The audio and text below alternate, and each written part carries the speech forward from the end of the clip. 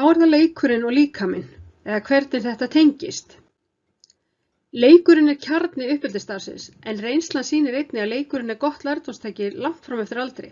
Form leiksins getur verið síbreytilegt og það mótast að sjálfsögðu eftir aldri þeirra sem taka þátt og eftir því sem þau þroskast. Rannsóknir hafa sýnt að börn á leikskólaaldri læra mest og best í gegnum leikinn. Leikurinn gerir yfirleitt kröfur samskipti og gefur því mikla möguleika á því að auka og örva félagsþroskann. Börn geta notað umhverfið. Það þarf ekki alltaf að vera alls konar tól og tæki. Þau geta notað umhverfið, tröppur, húsgögn, misaðir í landslagi til að þjálfa hreyfifærni sína.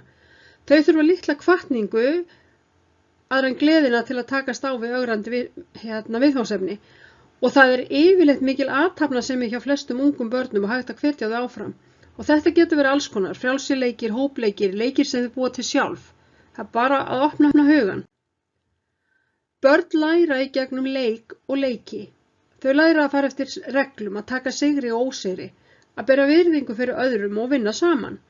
Þau læra að sýna nærgætni og virða rétt annarra og læra að þekkja eigin rétt og takmörk.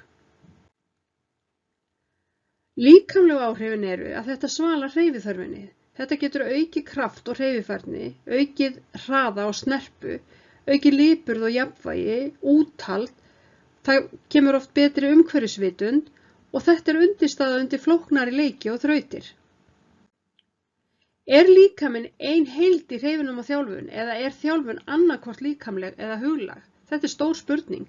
Skiljum við á milli líkama og sálar eða líkama og hugar, tilfinning og hugsana, manneskjunnar og náttúrunnar? Getum við skilið þarna á milli?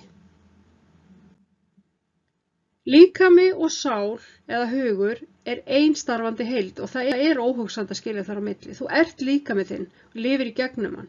Vitundin mótast í gegnum líkamann og í gegnum líkamann við í sambandi við umheiminn og lífið. Þannig það verður að taka þetta sem eina heild og þetta þroskast saman líkaminn og hugurinn eða sálin eða hvað við að kalla þetta.